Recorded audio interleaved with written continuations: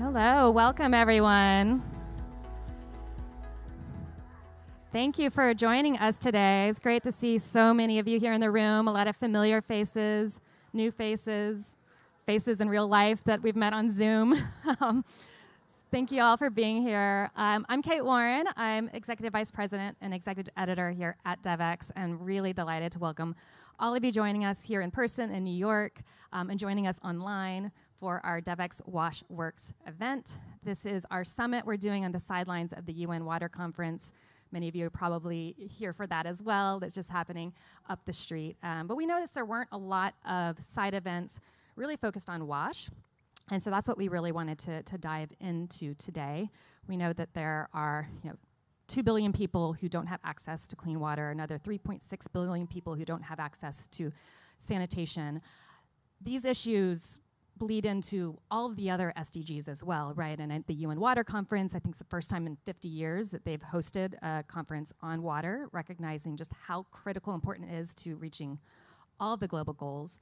So we will be digging into WASH, but also talking about how these issues bleed into broader global health concerns, food and agriculture, how it bleeds into humanitarian crises. Too much or too little water is often the cause of a growing humanitarian crises, which then create their own WASH challenges of their own, all of this exacerbated by climate.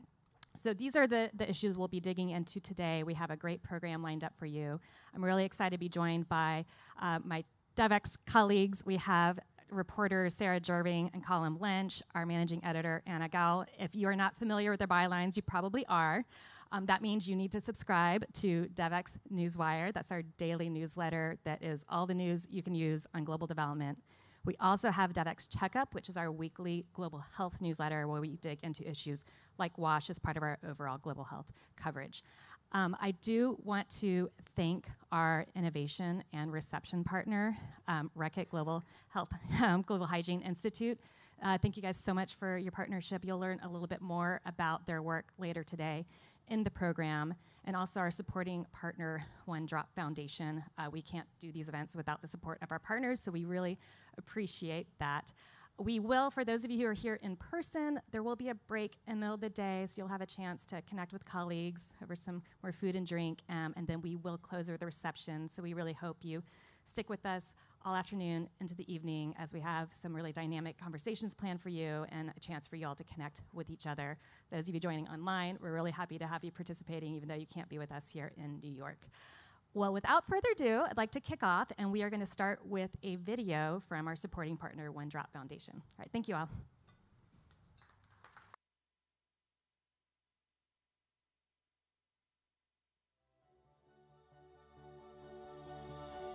Transformational change is more than infrastructure and education. Neuroscience has shown how people-centered initiatives that trigger emotion are more sustainable. That is why social art for behavior change initiatives engage people on both rational and emotional levels, breaking down barriers to replace deeply rooted behaviors with healthier ones. Si mte kon ti neglijans, depuis pas pour monter dans l'institution, li getan rappelé ça met un message. Inspired by Cirque du Soleil, these initiatives started in 2015 with a pilot project in Mexico. Today, they have impacted 1.18 million people in 12 countries. This impact goes beyond the scope of SDG 6, creating a ripple effect that contributes to multiple goals, such as health, education, gender equality, climate resilience, and the reduction of inequalities. Artists become catalysts of social change, and participants co-creators of a project from its design to its implementation.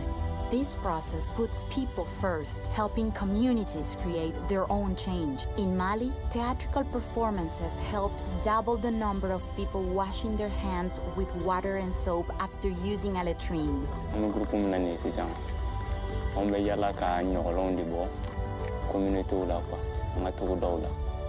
In Colombia, music video clips contributed to an increase in hand-washing rates from 29 to 52%. In India, thematic shows have led 21,000 families to start using latrines.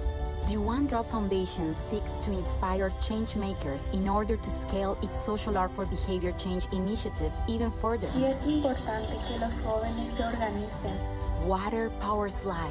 Social art empowers communities to elicit emotions and to promote action for sustainable change.